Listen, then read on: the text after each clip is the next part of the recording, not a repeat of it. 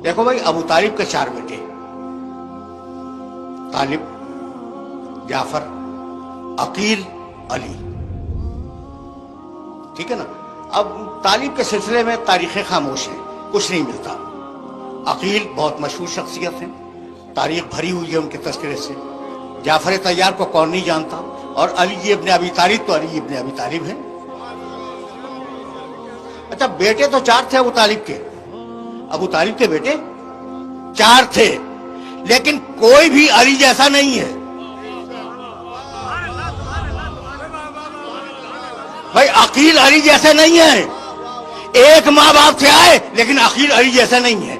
जाफर तैयार अली जैसे नहीं है भाई। बहुत तवज्जो रहे।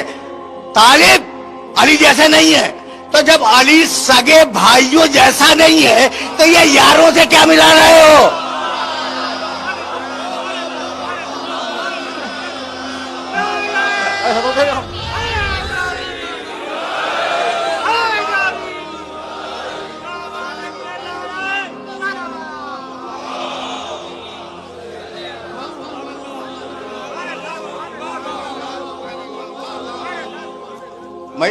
जुमला तो याद रखोगे ना कि अली जब अपने भाइयों जैसा नहीं है, अपने भाइयों से नहीं मिलता, तो दूसरों से क्या मिलेगा?